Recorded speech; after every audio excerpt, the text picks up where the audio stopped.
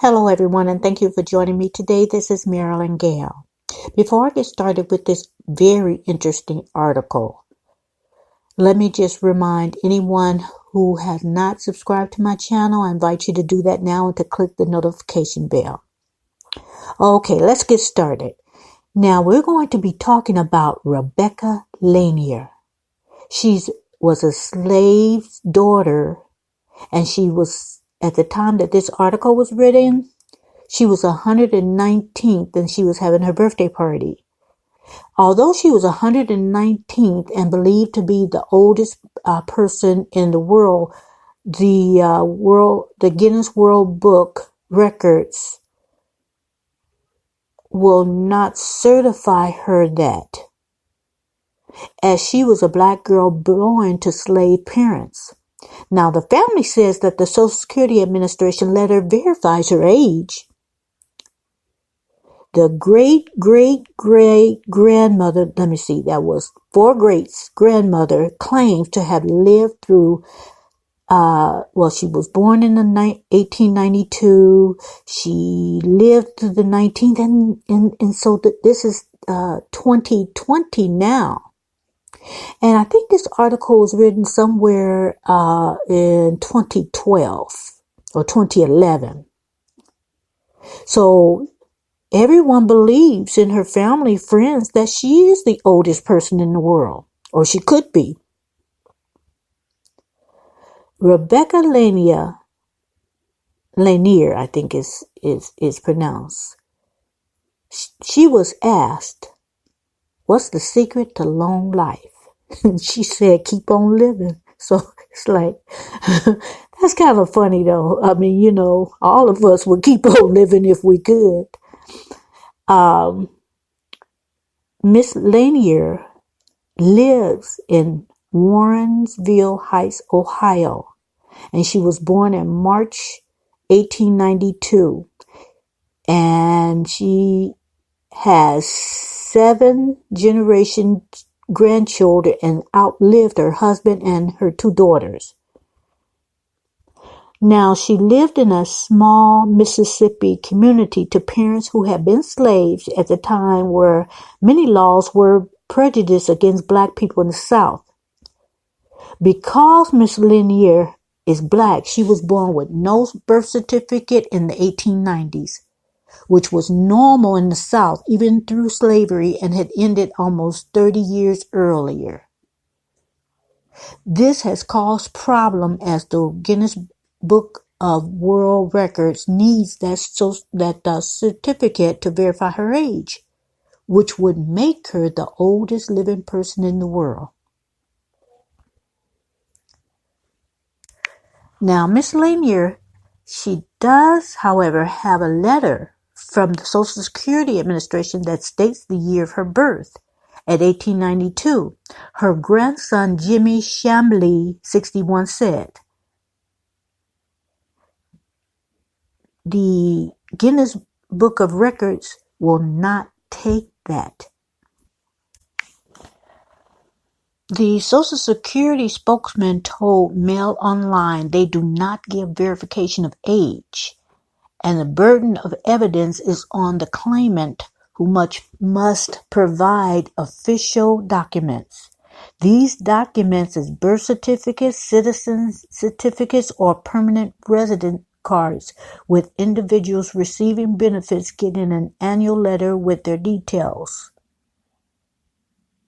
Now, some of the things that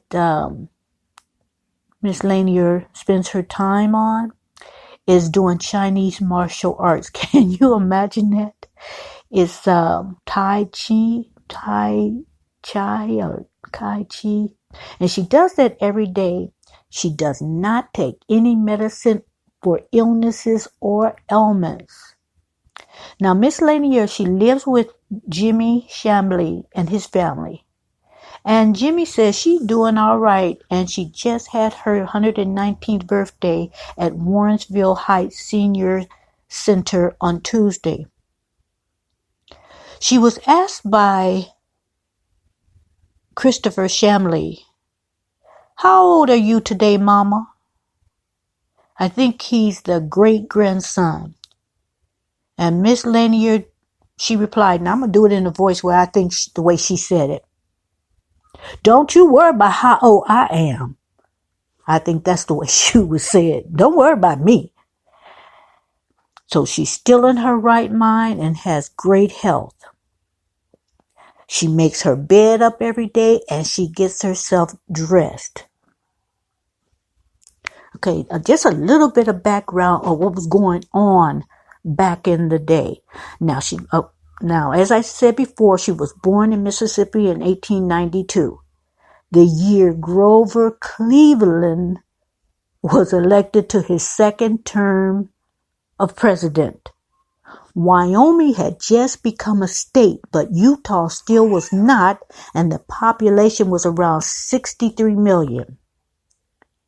Most blacks did not vote, as Mississippi had a $2 poll tax, and most blacks could not afford that at that time. Only those who voted could serve on juries. So a lot of blacks were not included in the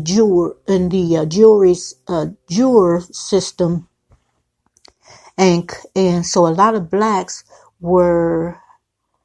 did not have a jury of their peers. General Electric was founded in 1892, but the Ford Motor Company was still a decade away. She was born barely a year after the 1890 Wounded Knee Massacre of Native Americans that saw 150 Indians killed. Now, Rebecca Lanier, she uses a walker to balance herself as she moves, but often travels with her family on airplanes to various events throughout the country. Now, during her life, Miss Rebecca Lanier has witnessed more than 20 presidents and lived through major events such as 2 world wars, the birth of flying, and the right for women to vote.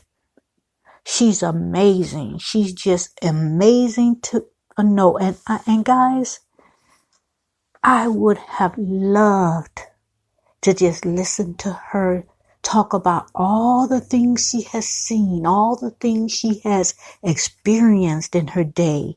Oh, I bet you she saw some things. Now, at her birthday party, a family friend was saying that, okay, she's 119. So me and my friends, we range from 60 to 75. We are just youngsters to her. So I would just, like I said, I would have loved to have been at that birthday party to celebrate her and just listen to her talk. Or more than that, I would love to have interviewed her one-on-one, or not really interview, but just let her tell me what she remembered. Now, I do have an update to this story. Remember, I told you this is an old article. This was like 2011. Well, I searched to see what had happened to Rebecca Lanier, what she was up to now.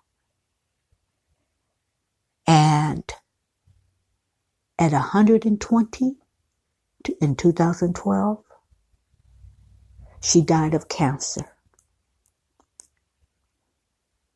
I wonder what her diet was to keep her living so long. Or did she just eat what she wanted? Because remember, she probably didn't eat a lot of processed food.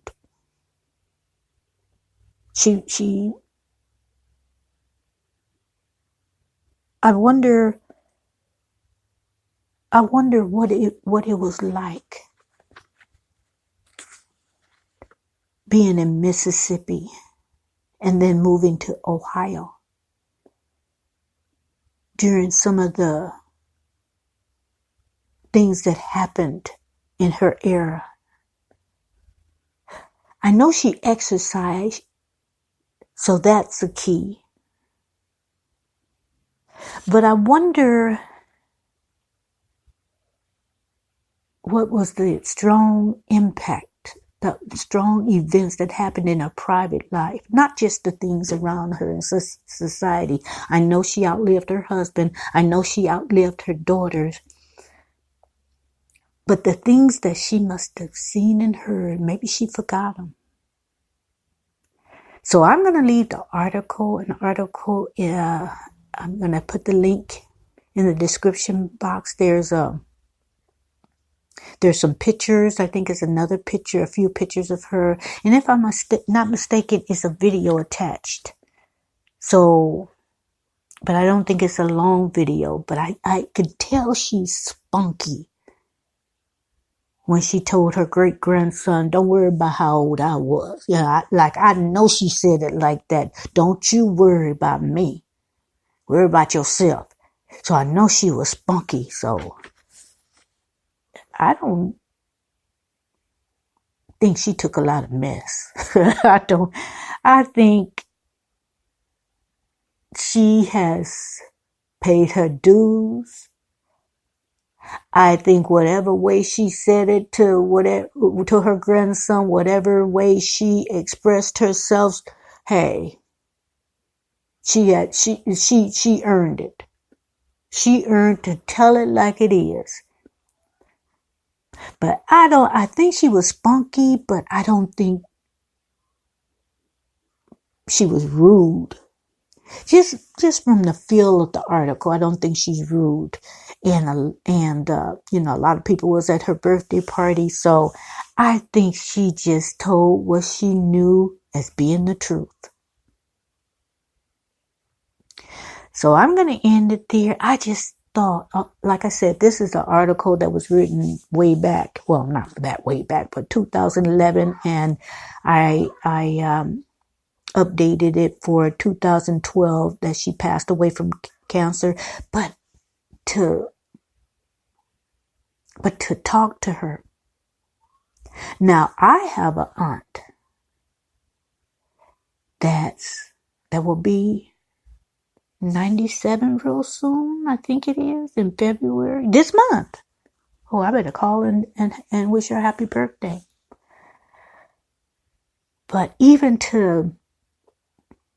just haven't got it together, but I want to interview my 97-year-old aunt. She is the last living of my aunts and uncles. So I would really like to talk to her. I really would like to just let her just tell me anything and everything she wants to say. Because guys, as you get older, you get wiser, or you should be, if you've been paying attention. If you have the ears to hear and the eyes to see and absorbed all that, you should get wiser. So I would love for my aunt to just tell me, since I can't get to Miss Lanier or Lanier, I would like to let my aunt just talk. But at 97 years old, you know she got some things to say. I know she did. But one thing she did tell me that I appreciate so much. When I see her, she always tells me that she prays for me every day. What a gift. She prays for me every day. My father was her brother. So maybe I'll work on that. She lives with a cousin of mine. Maybe I'll work on that. To just let her talk and let her tell all of us about back in the day. What was her favorite artist? What was her favorite music? Oh, shoot. I think they had the radio back in the day. I don't even know if she had a favorite TV station for back in the day.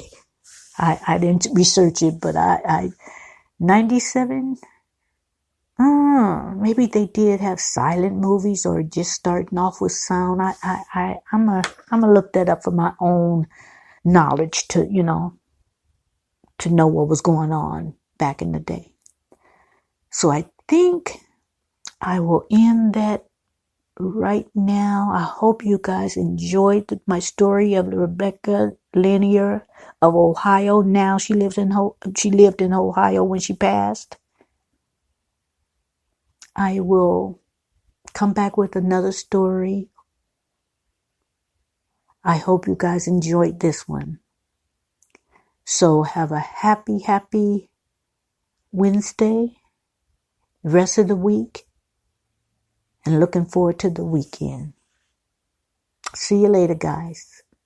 Good night.